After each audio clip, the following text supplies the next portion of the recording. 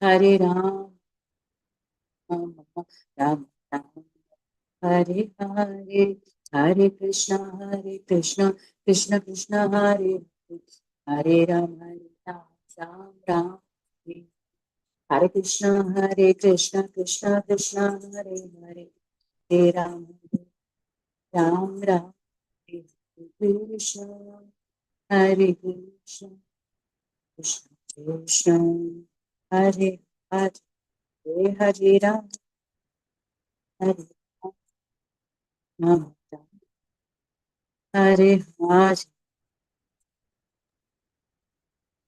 Hari Bol, Jaya Jaya Prabhupada, Prabhupada, Prabhupada, Jaya Jaya Prabhupada, Jaya Jaya Gurudev, Gurudev, Gurudev, Jaya Jaya Gurudev, Nita Gaura Hari Bol, Hari Bol, Hari Bol, Nita Gaura Hari Bol, Nita Gaura Hari Bol, Hari Bol.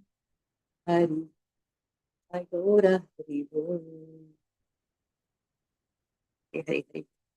Nitai Gaur Hare Krishna, Premanande, Hari Mataji. Hari Bol. Thank you so much, Mataji. Thank you, Mataji. Hare Krishna. Hare Krishna.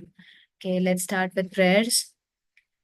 Om Agyantimirandasya Jnananjana-shalakaya Chakshurunmilitam Yena Tasmai Shri Guruve Namaha Shri Chaitanya Manobishtam Stapitam Yena Bhutale Swayam Rupa Kadamaiham Dadati Swapadantikam Vandeham Shri Guru Shri Uta Padakamalam Shri Gurun Vaishnavamscha Shri Rupam Sagrajatam Sagana Raghunathanvitam Tam Sajivam Sadvaitam Savadhutam Parijana Sahitam Krishna Chaitanya Devam Shri Radha Krishna Padan Sahagana Lalita Shri Vishakhanvitamscha Namam Vishnu Padaya Krishna Preshtaya Bhutale Srimate Bhakti Vedanta Swaminiti Namine Namaste Saraswate Deve Gauravani Pracharine Nirvishesha Shunyavadi Paschate Deshatarine Mukam Karoti Vachalam Pangum Langayate Girim Yatkripatamaham Vande Shri Gurum Dinatarinam Paramananda Madhavam Shri Chaitanya Ishwaram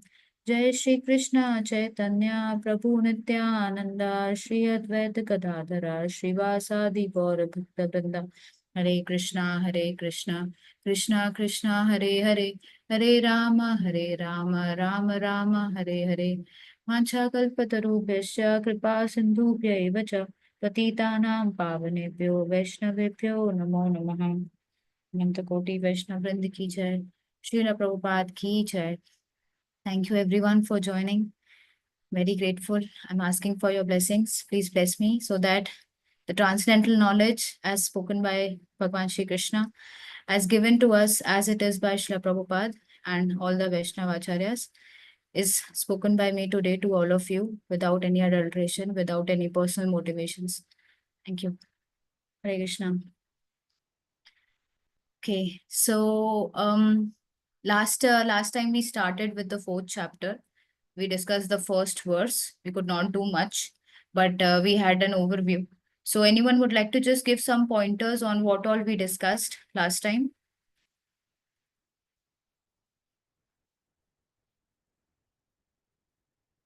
Any 1-2 points, whatever you want to add of whatever we have discussed?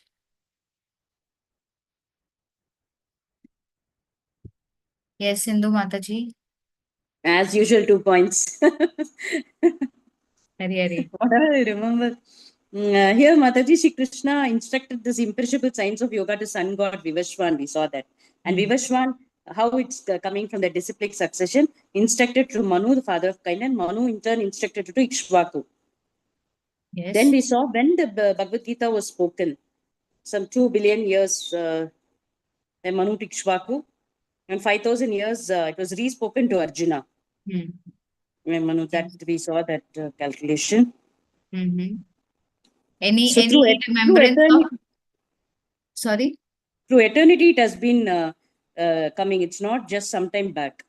We have this knowledge since eternity. Yes. You told that, and you told the. You told, I mean, all that 71, 14 Manus is 71 Divya Yugas. We are very, very, very, very insignificant in comparison to the full cycle of all that things, Mataji. You told that. And the main Yes. source, okay,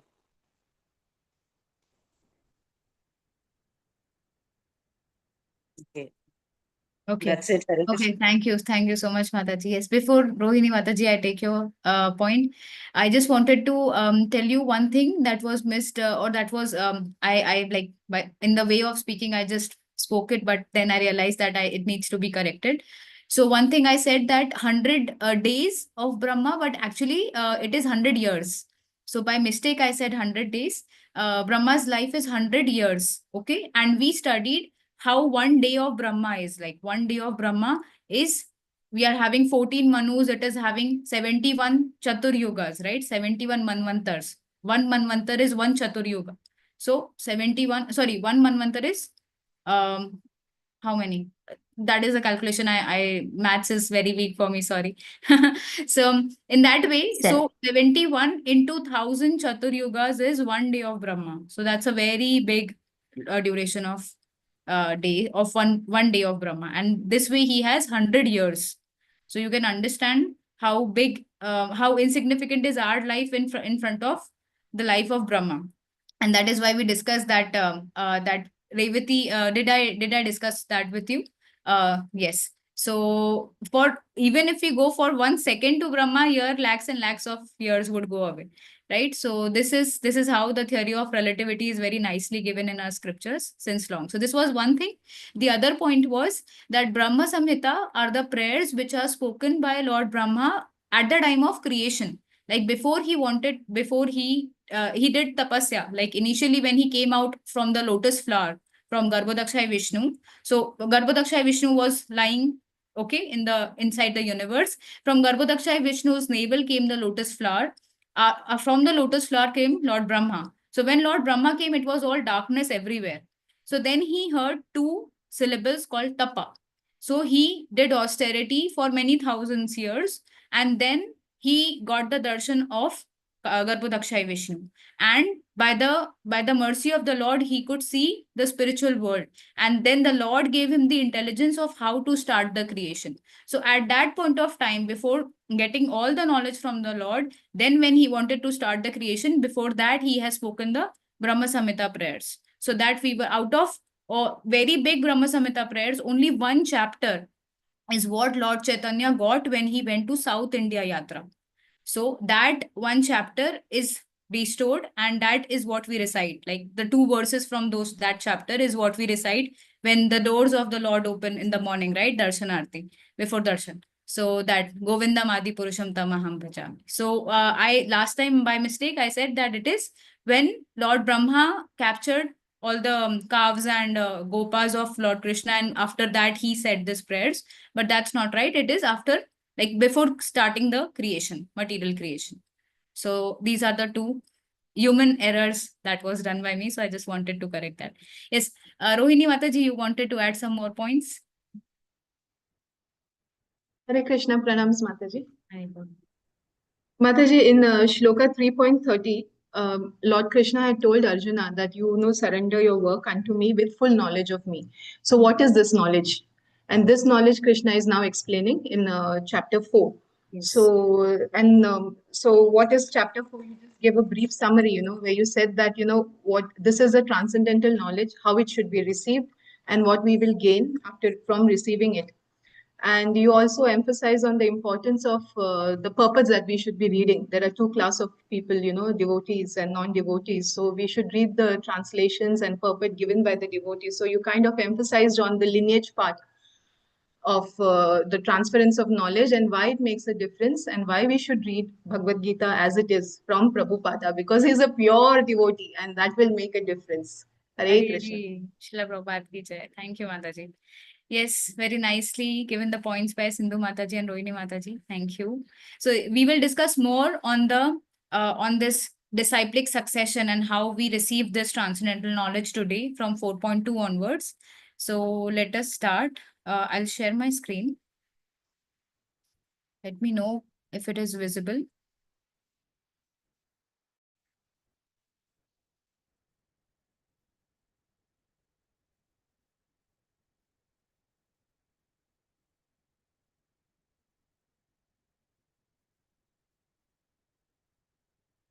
Okay. So very nice words. Who would like to recite?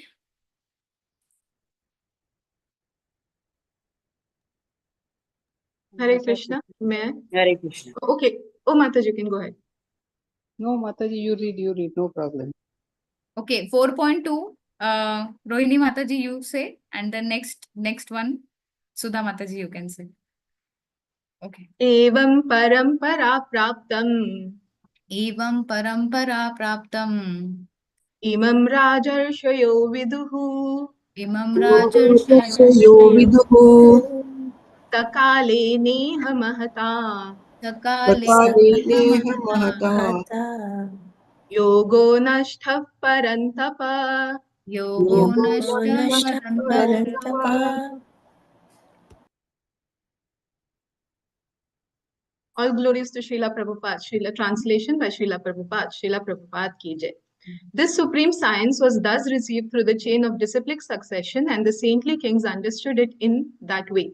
But in course of time, the succession was broken, and therefore the science as it is appears to be lost. Hare Krishna. Hare Krishna. Thank you, Mataji. First, we'll understand something, then we'll go to the purport.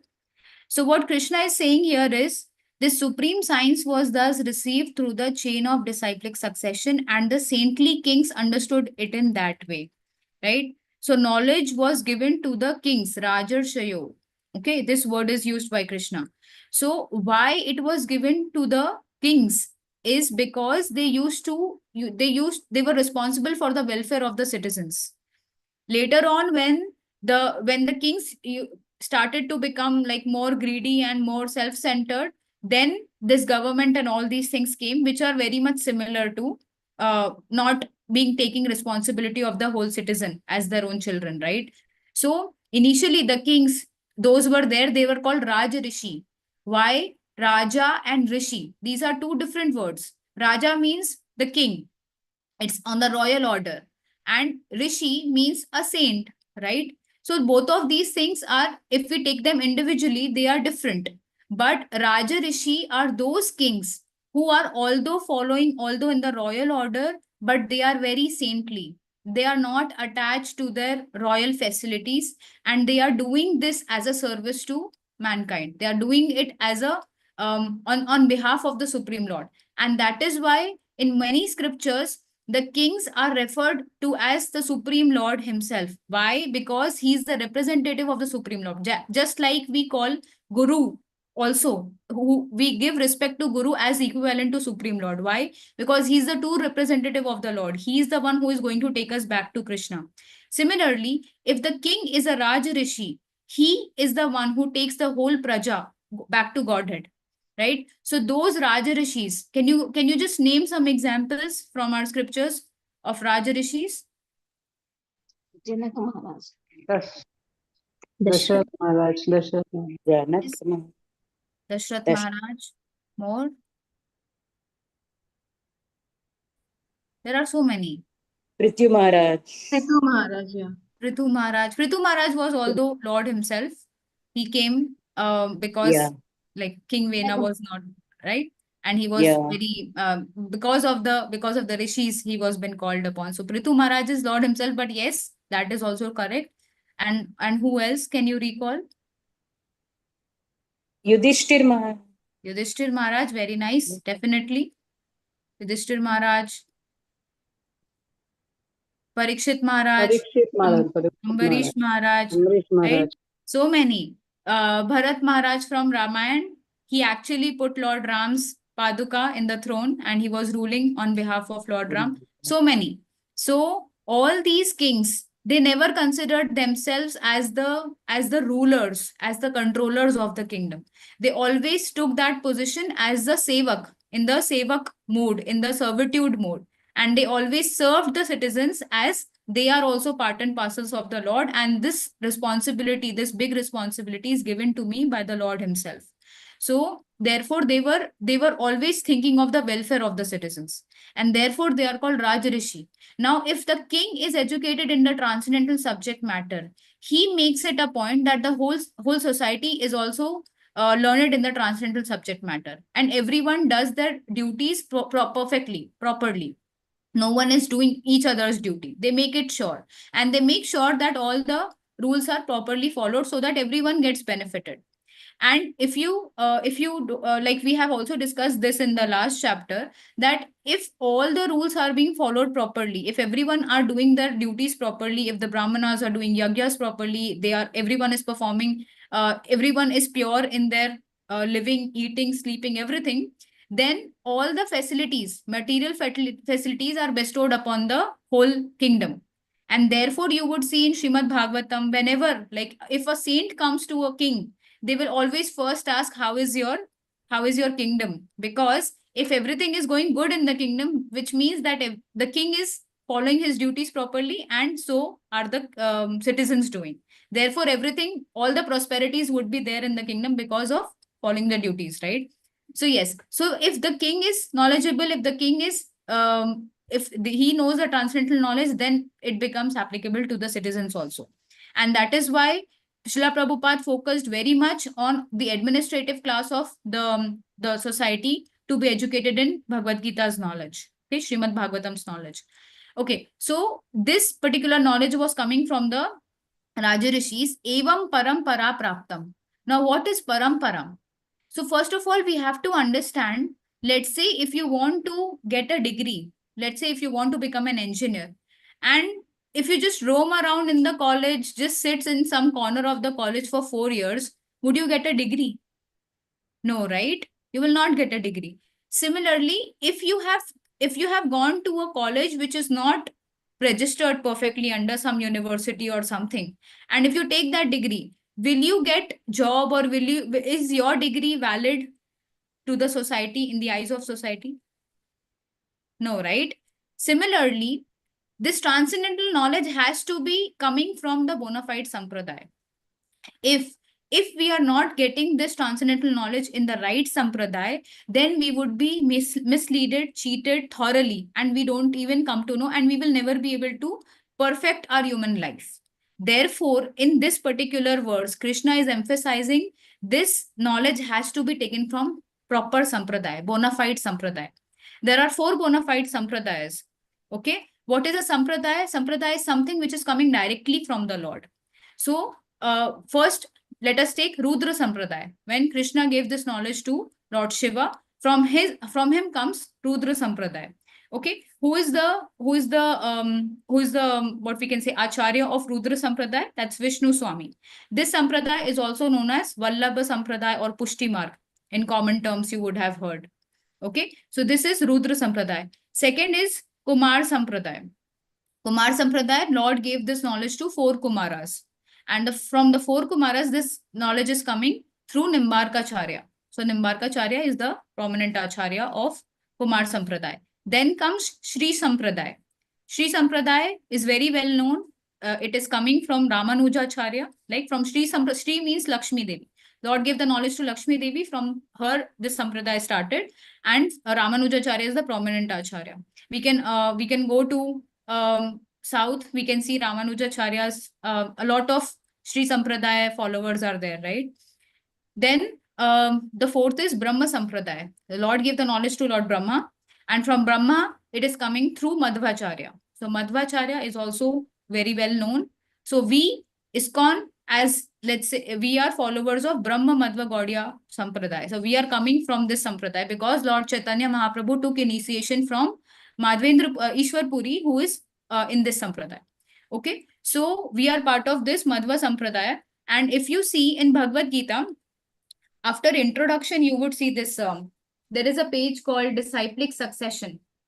So here Prabhupada has very nicely, properly given that how this knowledge, this Bhagavad Gita, which he is presenting, it is not something coming from his own mind, or he is not giving something of his own. He is giving the whole trajectory of how this knowledge is coming from Lord Krishna. Then you would see in the 8th point is Madhvacharya. Sorry, in 8th is Madhvacharya. And then you would see from 20th, it is Madhvendra Puri, Ishwar Puri, Lord Chaitanya Mahaprabhu himself. And then Rupa Goswami, Raghunath Jiva Goswami, Krishnadas Goswami, Narottam Das Thakur. So these names are very, we have heard them many, many times, all because of by the mercy of Srila Prabhupada. So this way, the whole sampradaya is tracked. So it's not like one person someday got self-realization and suddenly he became an acharya and suddenly he started ISKCON. Many people have this notion that because ISKCON, because it was started in the West, right? And from West it has came back to India. Many people who are not aware of this proper parampara system, they think that this is something concocted. This is not part of any bona fide sampradaya. And therefore, we as the followers of Srila Prabhupada, Rupanugas, it is our most important responsibility to tell them that yes, we are part of the bona fide sampradaya. We are not someone different. Right? So this is how the knowledge will come in the sampradaya. So just like I told you that we will not get a degree from just by roaming around in the college. Similarly, if we are part of this, similarly, if we are not part of these 4 bona fide sampradayas, then we will not get the correct knowledge of Lord Shri Krishna. Okay. And therefore, we must also feel so fortunate because there are so many apasampradayas, so many, unlimited. There are so many self-made gurus. There are so many different philosophies, which are very illogical if you actually go into the depth of it. But we are not able to, because now we will discuss why we are not able to. And we somehow, by the mercy of Vaishnavas, by the mercy of Krishna, Srila Prabhupada, we somehow got exactly into the right sampradaya, where we have all the knowledge that we need. And it will all make logical sense also. It is not something that you just have to accept. Okay, so if you remember many classes ago, now I don't remember when I discussed this, but we discussed there are 4 human defects, right? And there are 3 ways of acquiring knowledge. So anyone remembers the 3 ways of acquiring knowledge? Yes, Sindhu Mataji? The 4 defects is the imperfect senses, that one, no, Mataji. Imperfect Okay, senses so whatever committing- you remember, you tell me 4 defects. Yeah, cheating propensity, Hmm. limited imperfect senses, Hmm. then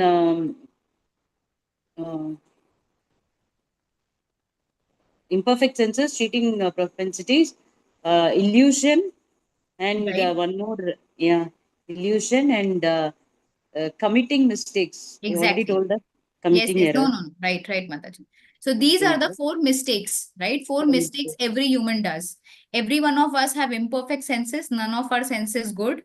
Okay, that is why we need specs. That is why we need hearing machines. And even without them, we are not empowered to see everything and anything, right? We cannot see so many things. We cannot hear something out of this wall, right? So just outside my wall, I won't be able to hear. Our ears have limited capacity. Our nose has limited capacity. That is why the policemen take the dogs with them, right? To find the thieves because they cannot smell so much as a dog does. Similarly, so all our imperfect senses are there. Similarly, we have the tendency to be illusioned. We very nicely get illusion, right? Very easily. We don't even come to know. Then there is a tendency to commit mistakes. Even though someone wants us, but still we are committing mistakes, right? Even though I know that if I eat 2 more gulab jamuns, I would have my stomach would go upset, but still I will eat it. So committing mistake tendency is there. Now tendency to cheat. So by default, very easily we are speaking lies. We are telling as per our convenience, we are cheating others, right? So these 4 mistakes are common to the humans. Now there are 3 ways of acquiring knowledge. Now who remembers the 3 ways of acquiring knowledge? Mataji, I was thinking ascending process, descending. That is also there, that I'll come to it, Mataji. But the 3 ways of acquiring knowledge. Knowledge Pratyaksha, and Mataji, Pratyaksha, Pratyaksha, Anuman, and Shabda. Anumana and Shabda. Exactly. Very nice. So the first is Pratyaksha Praman. Pratyaksha is knowledge gaining through the senses. So just now we discussed we have imperfect senses and the other fallacies we are having, right? So the first one, Pratyaksha Praman, is easily defeated because all of these fallacies. Pratyaksha Praman, we are not able to get all the knowledge just by our senses. Okay. Second is Anuman. Anuman is when we are trying to based on my previous experiences, based on whatever experiences that I'm having, based on whatever knowledge that I'm having, based on that, if I'm trying to guess something, that guessing work is Anuman Praman. So that also is wrong because there are many examples to it. Let's say, for example, if some voice comes from outside, I may guess, right? Probably people are talking probably someone has come, and then if I go outside, I'll come to know, okay, it was TV which was switched on, right? So it can be anything. So I can just guess based on my limited experiences, but that is not true. Third comes the Shabda Praman. Shabda Praman is the knowledge which is coming from scriptures, or Shabda. If we just consider Shabda, there are two meanings. One is the material knowledge, right? And the other is transcendental knowledge. So basically, when we are talking about Shabda Praman, we are talking about the authorized scriptures. So the knowledge which is coming from the authorized scriptures, that is something which is not having any of those fallacies, any of those defects. Okay, why it is not having any defects? Can someone give the answer?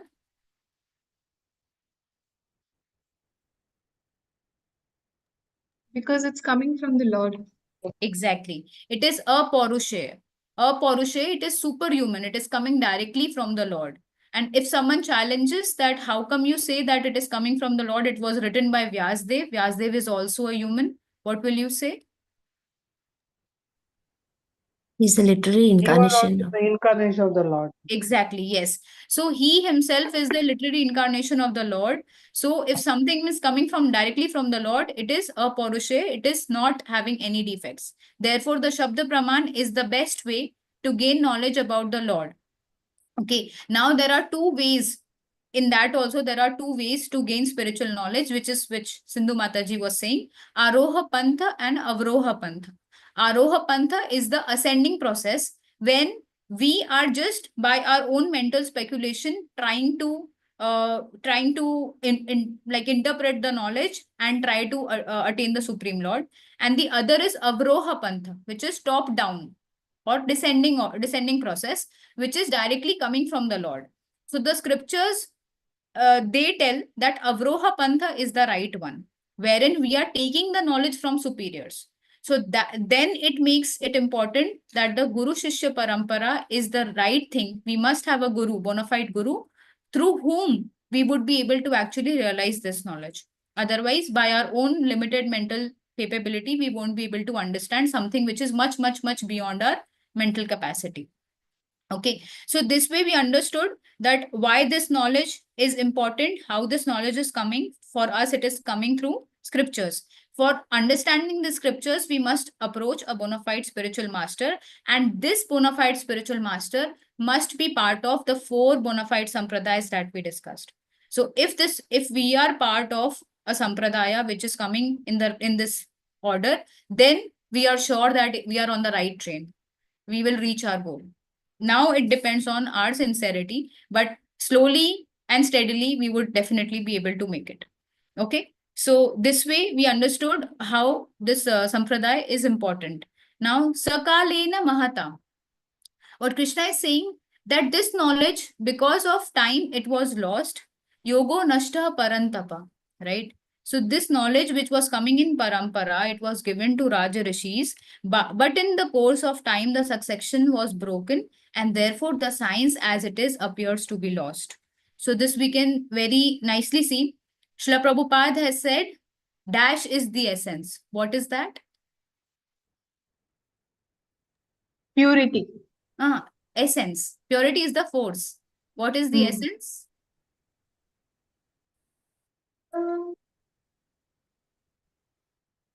If I say blank is the essence. association.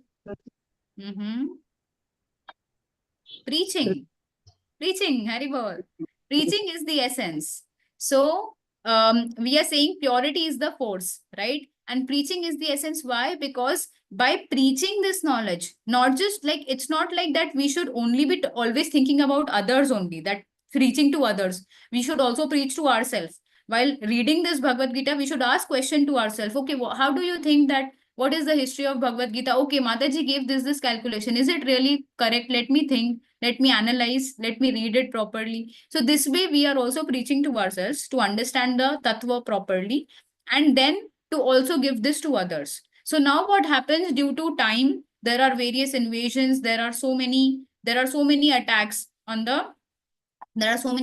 right? So because of which this knowledge, which is directly coming from parampara, after some time it appears to be lost.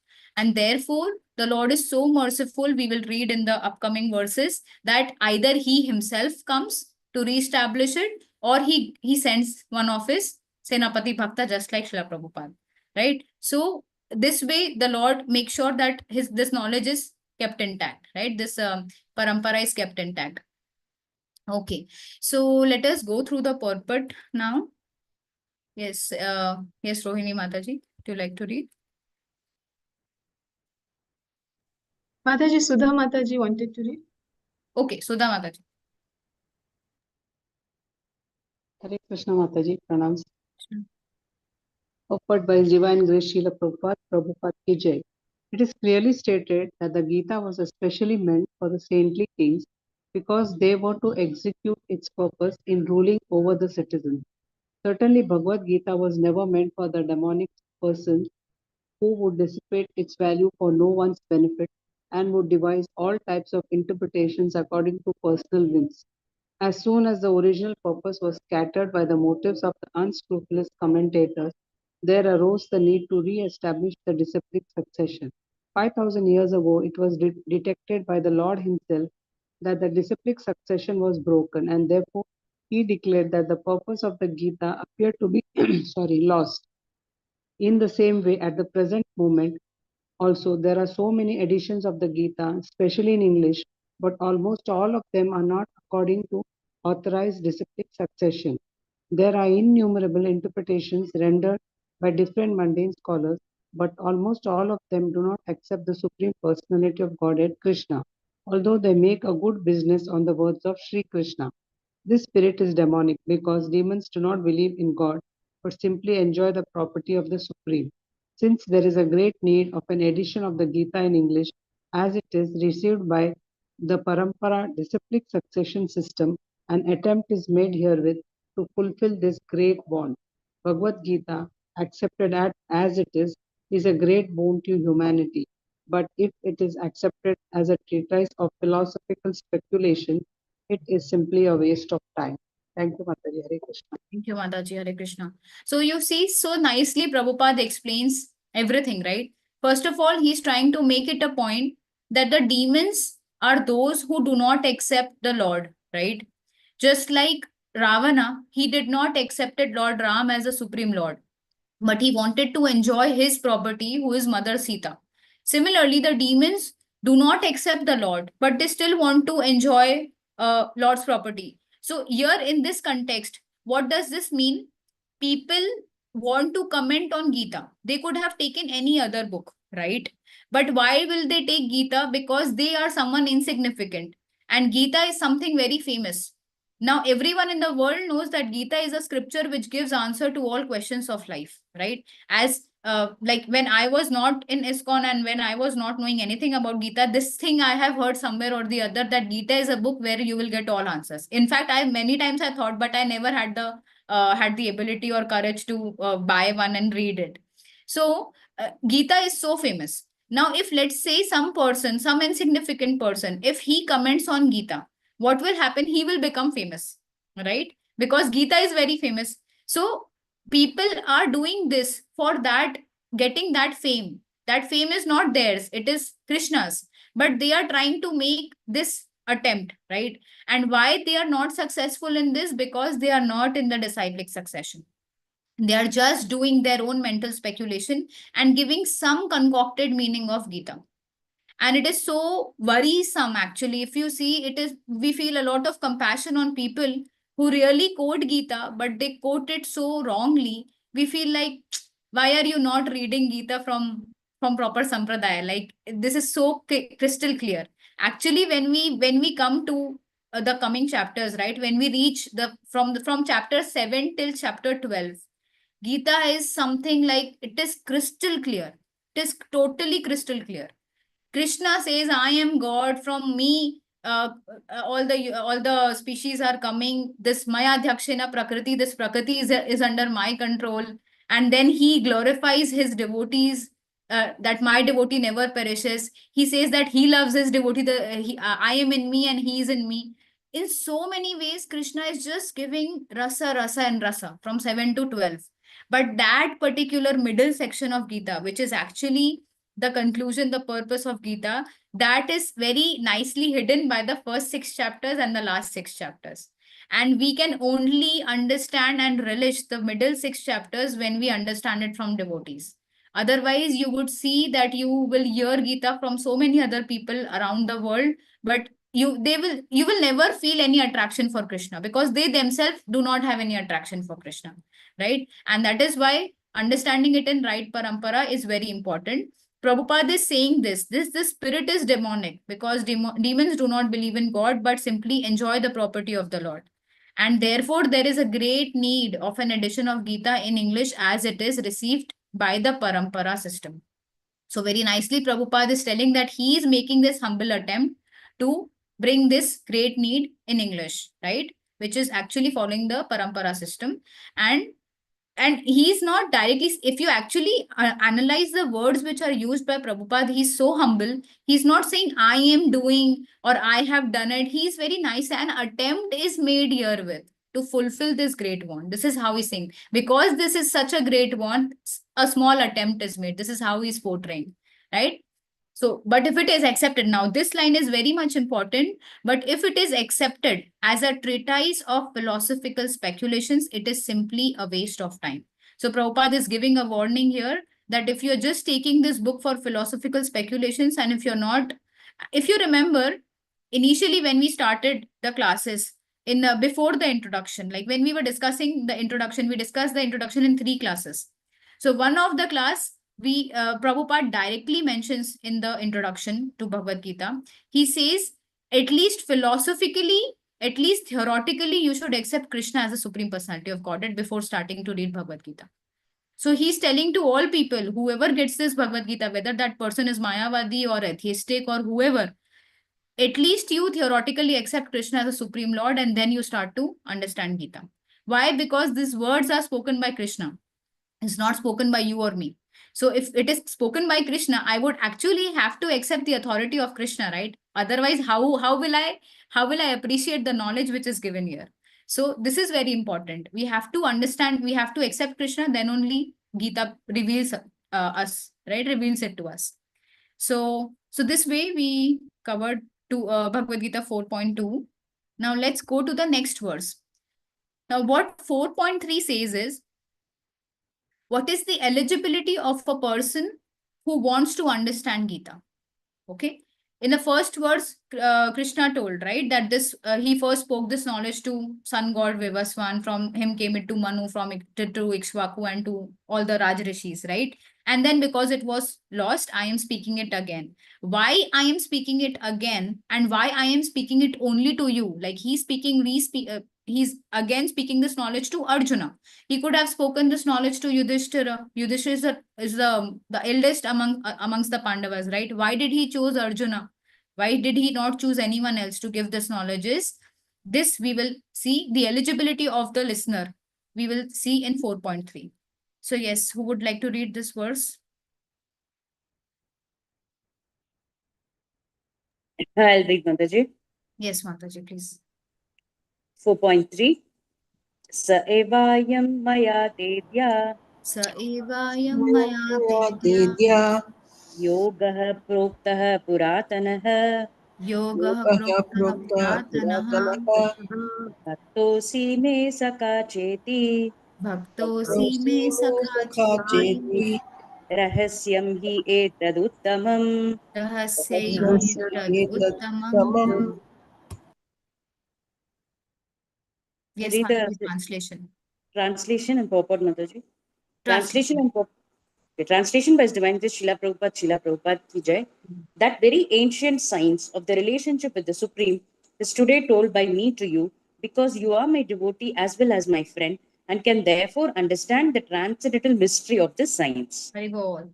So this Krishna gave the answer, Bhakto si me sakha cheti, because you are my devotee and you are my friend, right? Arjun is a very dearmost friend of Krishna, and Arjun has surrendered to Krishna. He is a devotee, right? He is accepting the authority of Krishna, and therefore he would be able to understand this rahasya.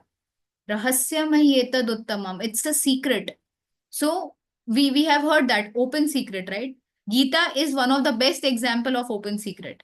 Let's say if a treasure is open in front of you, but if you're not able to understand it, if you're not able to value it, you will just ignore it, right?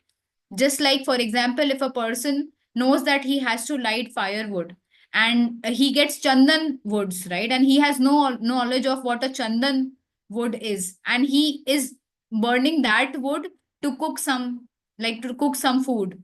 So this is what we called as like, it's a rahasya. If he comes to understand that this is chandan, all his miseries would go away, all his poverty would go away. But he, because he's ignorant of this fact that this is chandan, it cannot be used in cooking food, it is so expensive. Similarly, Bhagavad Gita is such a big rahasya. We have all the answers in front of us, but if we are not cognizant, if we are not understanding it in the mode of emergency, although we have this knowledge, we won't be able to liberate ourselves, deliver ourselves. Okay, so this rahasya would be understand when we become devoted to Krishna, and we like Sakha Cheti, Krishna, Arjun is his friend. So similarly, when we develop a relation with Krishna, then we would be able to understand this transcendental knowledge. Yes, Mataji, let's read through the purport. Sindhu Mataji. Yes, Mataji. Hare Krishna. Purport. First Evangelist Srila Prabhupada ki jai. There are two classes of men, namely the devotee and the demon. The Lord selected Arjuna as the recipient of this great science, owing to his being a devotee of the Lord. But for the demon, it is not possible to understand this great mysterious science. There are a number of editions of this great book of knowledge. Some of them have commentaries by the devotees, and some of them have commentaries by the demons. Commentation by the devotees is real, whereas that of the demons is useless. Arjuna accepts Sri Krishna as the Supreme Personality of Godhead, and any commentary on the Gita following in the footsteps of Arjuna is real devotional service to the cause of this great science. The demoniac, however, do not accept Lord Krishna as he is. Instead, they concoct something about Krishna and mislead general readers from the path of Krishna's instructions. Here is a warning about such misleading paths. One should try to follow the disciplic succession from Arjuna and thus be benefited by this great science of Srimad Bhagavad Gita. Thank you, Mataji. Thank you, Hare Krishna. Yeah, so very nicely here a warning is given by Krishna to all the readers. And also this Gita should not be read just like another book, right? Like for example, there are so many magazines and so many novels, people just read it, right? Although you would still get some sukruti, but why we are talking in this forum? Because here all the people who have joined, they actually want to understand Gita, right? We actually want to realize Gita. So for us, this is a warning that we should not be hearing about Gita, we should not be reading Gita, which is written by someone who is not in this succession, right? Someone who is of this demonic propensity, who wants to give their own knowledge. Once I was doing book distribution, and I actually met a person. I told him about Bhagavad Gita and all, and he told me, yes, I am also doing a Bhagavad Gita session. I told him, where are you doing it? So, and I was doing distribution just around the ISKCON temple, not far from it. So I thought probably he's already going to temple. I became happy. So he said, no, he is doing some seminar, and the seminar is done by some lady, and he gave me the name, I don't remember now. And he said that, yes, I'm doing that Bhagavad Gita seminar. So I said, okay, how many days? He said 7 days. And I said, how many days are already done? So he said, I guess 3 or 4 days were done. So I said that, okay, so what's your realization on Bhagavad Gita? So he just said, it's a nice book. It's a nice book. It is good to learn. So, but there is no realization of Krishna. There is nothing, right? No discussion about who is Krishna, who are we, what is our relationship with him, what are the basic subject matters of Bhagavad Gita, right? So nothing. And what happens is, when we hear such a concocted version from someone who is not in the sampradaya, our knowledge becomes covered, like our propensities become covered. We do, if let's say we don't know who is Krishna, and if we don't know that we are actually always attracted to him, then how will we actually get attracted if we are hearing from someone else, right? If someone says that, when Krishna is saying that one, sarva dharman parityagya mam ekam sharanam raja, so Krishna is saying mam, to me, you surrender unto me. And the other commentators, they would say you surrender unto the light which is coming from Krishna. Okay. So Krishna did not say unto the light which is coming from me, right? He's saying unto me. So similarly, very easily we will get diverted. One of the devotee was telling that her mother, she was very religious from the starting, and she used to read Bhagavad Gita. But she used to read some other persons, like it was not from Sampradaya. So what happened was, she read in that third chapter, we have seen that verse, right? If you're not eating prasadam, you're eating verily only sin. You are only eating sin. So that particular, the translation was such like that you should never eat alone. This was somewhat the translation meaning, that you should never eat alone. So she thought that I should, why if I'm eating alone, then I'm eating sin. So now whenever she used to cook, either she will go down the house, she will give it to some neighbor, or she will give it to some, if no one is in her home, she will give it to someone, and then she will eat. So this was the, although she would anyhow get some piety, but because of this, but this is not what Krishna said, right? And at that point of time, I realized, my God, what Prabhupada has given.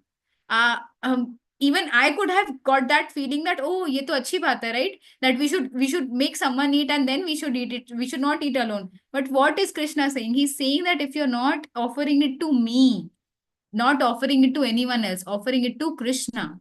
If you're offering it to Krishna, then it is a sacrifice, then you're not eating sin.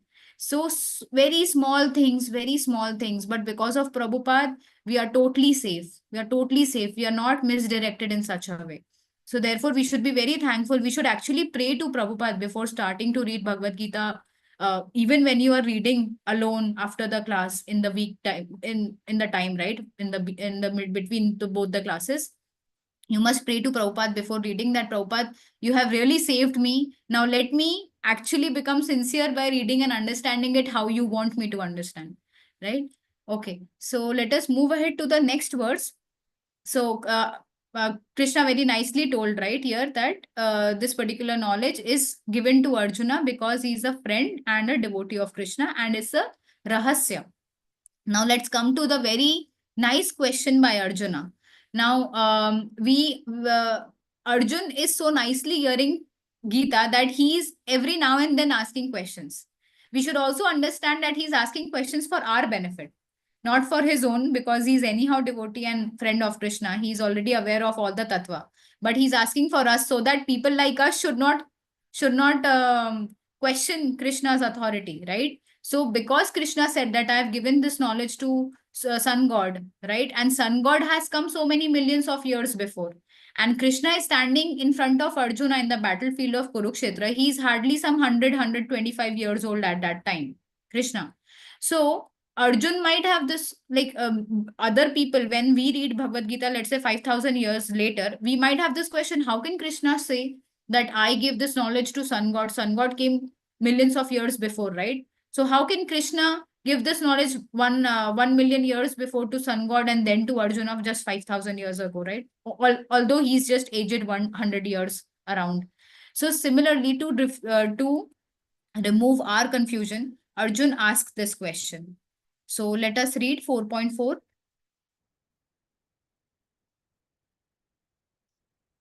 I'll read Mataji. Sure, Mataji.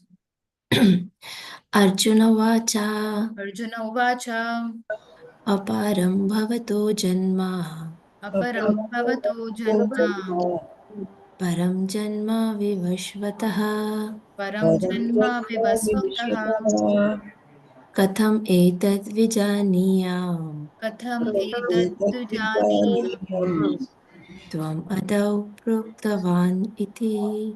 Tvam Adu Proktavaniti. Translation. Translation by Srila Prabhupada ki jai. Arjuna said, the sun god Vivaswan is senior by birth to you. How am I to understand that in the beginning you instructed this science to him? Yes. So you understand so nicely Arjuna is asking this question to Krishna. Let us read the purport, Mataji. Purport? Arjuna is an accepted devotee of the Lord. So how could he not believe Krishna's words? The fact is that Arjuna is not inquiring for himself, but for those who do not believe in the Supreme Personality of Godhead, or for the demons who do not like the idea that Krishna should be accepted as the Supreme Personality of Godhead. For them only, Arjuna inquires on this point as if he were himself not aware of the personality of Godhead or Krishna. As it will be evident from the 10th chapter, Arjuna knew perfectly well that Krishna is the supreme personality of Godhead, the fountainhead of everything, and the last word in the transcendence. Of course, Krishna also appeared as the son of Devaki on this earth. How Krishna remained the same supreme personality of Godhead, the eternal original position, is very difficult for an ordinary man to understand. Therefore, to clarify this point, Arjuna put this question before Krishna so that he himself could speak authoritatively. That Krishna is a supreme authority is accepted by the whole world, not only at present but from time immemorial, and the demons alone reject him. Anyway, since Krishna is the authority accepted by all, Arjuna put this question before him in order that Krishna would describe himself without being depicted by the demons who always try to distort him in a way understandable to the demons and their followers. Just a It is minute, necessary. Mataji. We will discuss till here, then we'll read ahead. So what is Prabhupada is saying the same thing, right? He's saying that Arjun is accepted devotee of the Lord. So now here Prabhupada mentions, as it will be evident from the 10th chapter, Arjuna knew perfectly well that Krishna is the supreme personality of Godhead, the fountainhead of everything, and the last word in transcendence. So Arjun was already knowing this. It's not like after Bhagavad Gita's knowledge, Arjun suddenly became devotee of the Lord. He was already a devotee of the Lord, right? So why he's asking, it is for us, so that we do not question. Now, what will happen if Krishna himself says that I am the Supreme Lord? After this verse, actually, you would see from 4.5, Krishna starts to talk about himself. Initially also he told that I gave this knowledge to sun god, but who is he? What is his position would start from 4.5 onwards. So here what Arjuna is wanting is, if Krishna himself states this, it will become authoritative. If Arjun says but Krishna has not said it even once, then people might question that Arjun was just because he was a friend, he was glorifying his friend, right? So that should not happen. Therefore, Arjun is wanting Krishna to speak about himself. And therefore, he's asking this question. And how it is evident that he was already a devotee from the 10th chapter. In 10th chapter, Arjun says one verse. Param Brahma Param Param Dhama Pavitram Paramam Bhavan Purusham Shashvatam Nityam Adi Devam Ajam Vibhu. So Arjun is directly saying that you are Para Brahmam Param Dhama. Pavitram idam uttamam. So he is actually, Arjun is actually accepting that, yes, you're the Supreme Lord. So from 10th chapter, we easily see that Arjun was already aware. But for us, he asked here. Okay. Now, Krishna, there are many people who believe this, that the Lord is taking the human form, and that human form, he is also under Maya. Because he's taking this body, he's accepting a body. When Krishna is coming in this human form, he is accepting a body, and therefore he is also getting so many sufferings, so many like problems that we are also facing, right? So people do not accept this fact that Krishna and his body are same. He is not accepting another body. He and his body is the same thing, right? Krishna is a supreme personality of Godhead. So Krishna is not something different. He's not accepting a body. But the mundane people, what they think, that the Lord accepts a body and therefore he goes through sufferings and then he leaves the body. So therefore they do not think that that Krishna is supreme.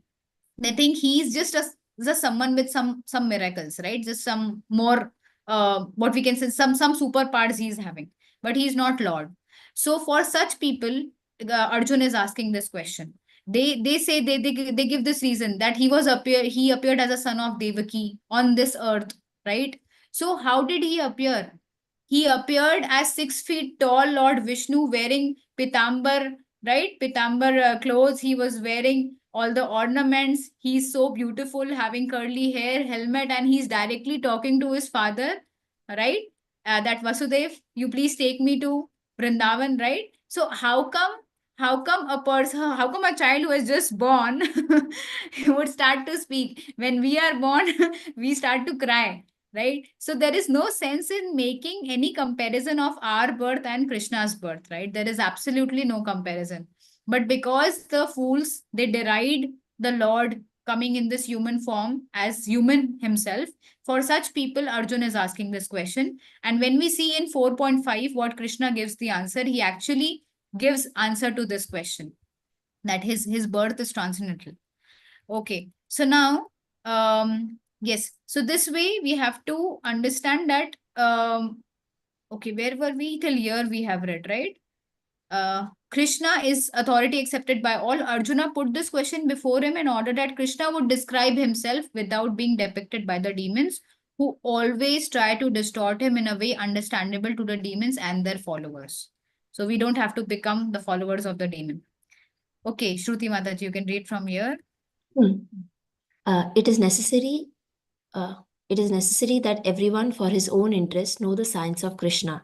Therefore, when Krishna himself speaks about himself, it is auspicious for all the worlds. To the demons, such explanations by Krishna himself may appear to be strange, because the demons always study Krishna from their own standpoint. But those who are devotees heartily welcome the statements of Krishna when they are spoken by Krishna himself.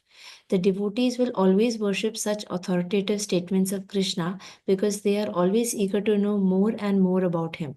The atheist who consider Krishna an ordinary man may in this way come to know that Krishna is superhuman, that he is Satchidananda Vigraha, the eternal form of bliss and knowledge, that he is transcendental, and that he is above the domination of the modes of material nature and above the influence of time and space. A devotee of Krishna like Arjuna is undoubtedly above any misunderstanding of the transcendental position of Krishna. Arjuna's putting this question before the Lord is simply an attempt by the devotee to defy the atheistic attitude of persons who consider Krishna to be an ordinary human being, subject to the modes of material nature. Yes. So this is what we discussed. Yes. Thank you, Mataji.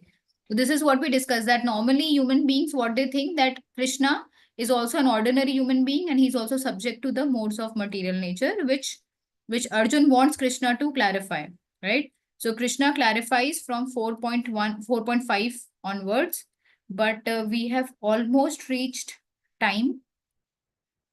What do you want? Do we have any questions to discuss? Should we take this from the next class, or how is it? How do you all want? Okay. Can you take a raise of hands, Mataji?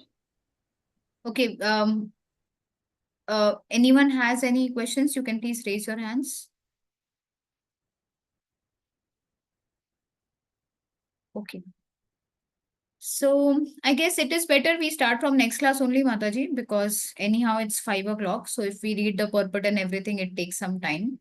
So we'll discuss properly from the next class what Krishna is telling about himself. So it's very nice, very divine. When I like I told Mataji, you. Mm-hmm. can you explain a bit on that Satchidananda Vigraha.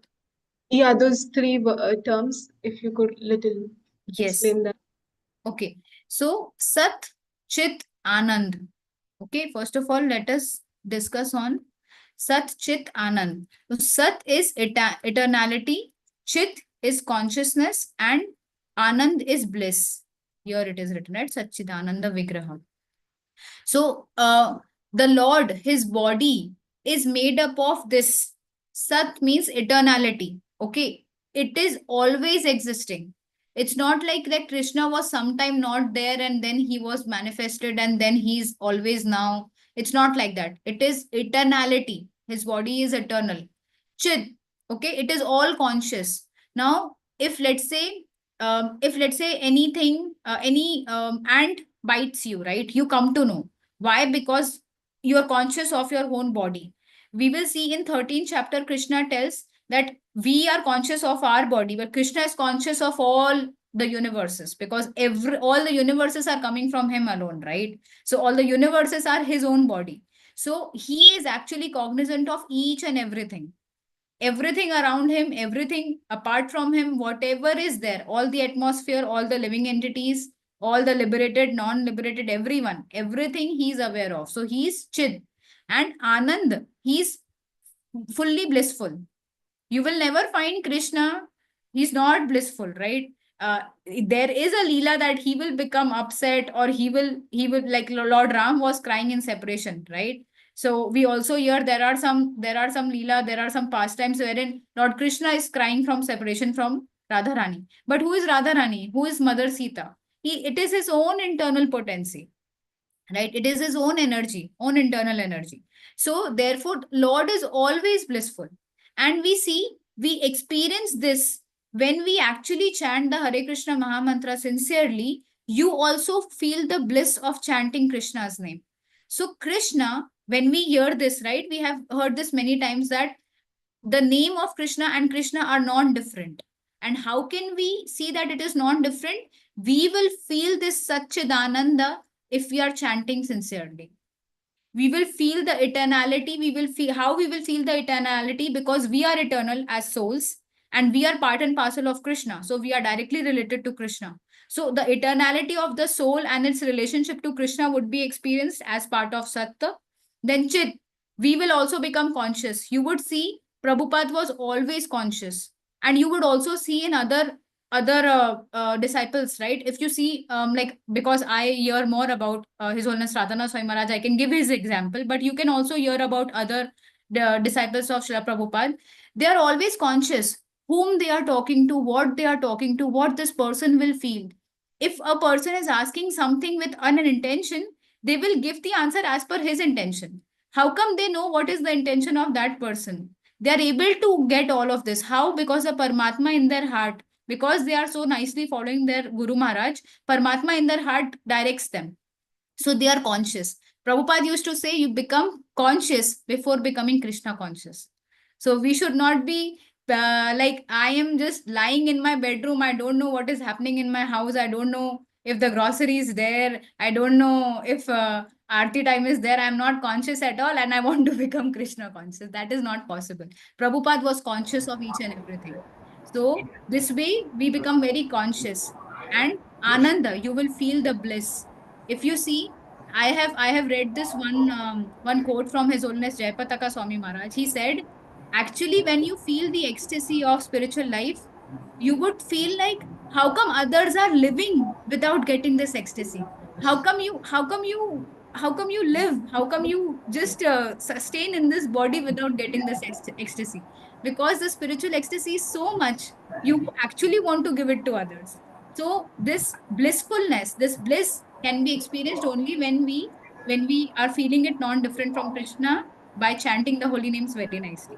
So this is how Krishna's body is, and this is how he interacts with us when we are chanting to please him.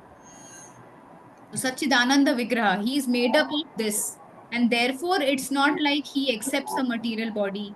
It is not like he's coming in under the modes. Never ever. He's coming in his self same form, right? Self same form. Nanda Nandana. He's similarly he's doing the same activities in uh, the spiritual world. Similarly, when he's coming to this material world, he's coming to Vrindavan. He's doing the same activities. He's coming only for us, only to attract us. Mataji, also Prabhupada used to say, no? I remember this line. I am in Krishna conscious. One disciple says, only sometimes I am materially conscious. Prabhupada, no, we are always materially conscious. Only Right. sometimes we are. Yes, this is very true. It took me some time to understand this line.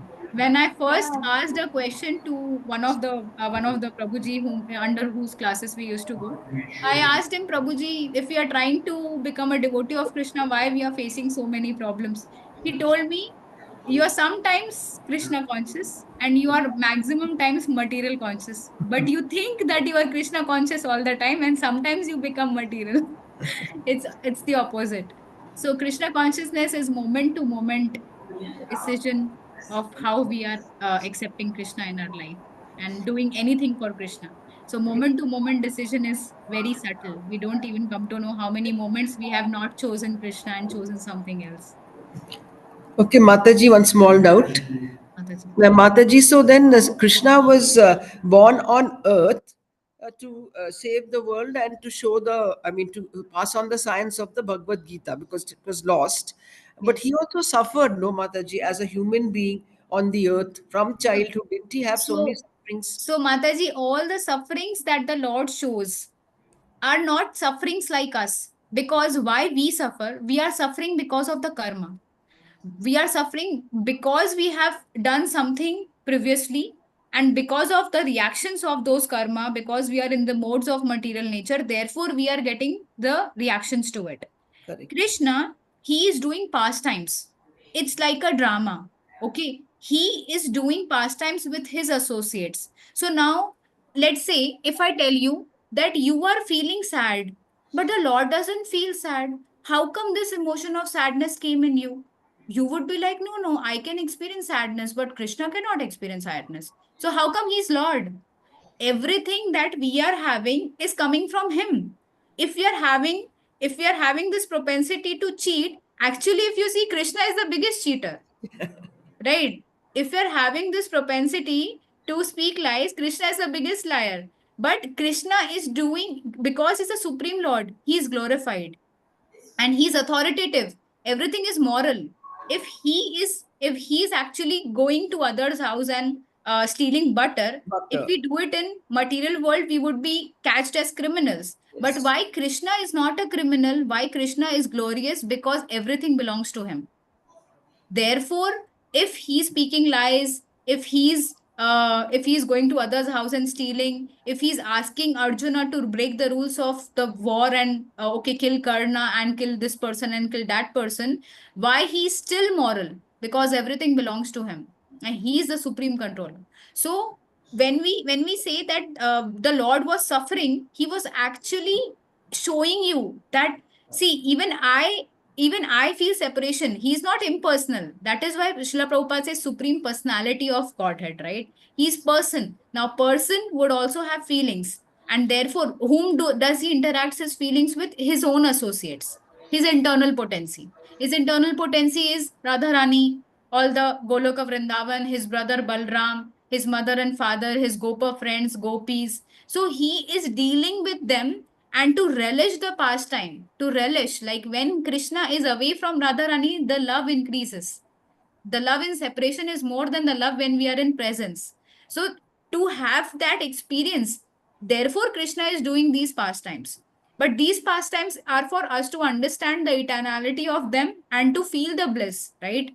So it's not like he was suffering so badly because he had taken a human form. He's doing a pastime. He's not taken a human form and he's not suffering the consequences of his karma.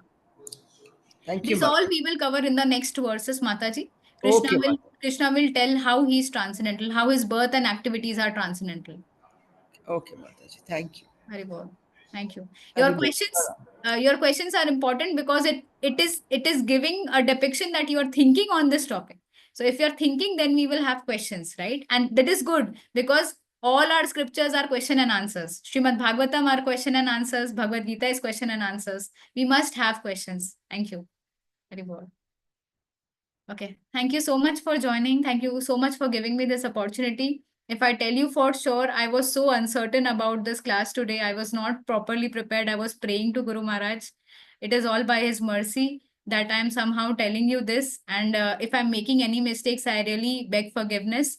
You are all of you are welcome to correct me anytime, any place, no problem.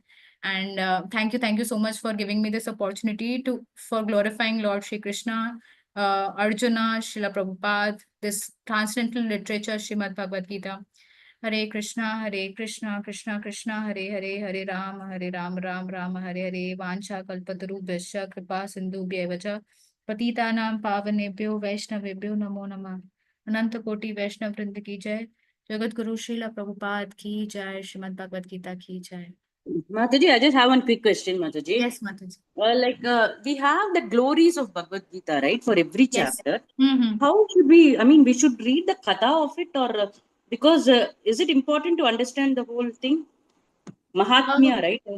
It's good, Mataji, because of it you also get some more faith that that this particular thing is so beneficial. So you can Yeah. read it, Mataji. Definitely So not every chapter has a different this thing, yes. right? Yes. Falashruti. Yes, Falashruti is there. It is mostly written so that it is to attract the living entities who are, let's say, for example, if people are very much attached to material benefits, if they get to know that okay, there are so many material benefits, they would at least start to read, right? If they are not reading. So it's for Yeah, that also, but it is also good. We can always read it. That is not a problem, Mataji. sure, Mataji. Thank you, Mataji. Hare Krishna. Hari Bol. Thank you so much. Hare Krishna. Hare Thank Krishna. you. Hare Thank you Krishna. so much. Hare Krishna Krishna, Mataji. Thank Mataji. you, Thank Mataji. you. Pranam. Hare Krishna.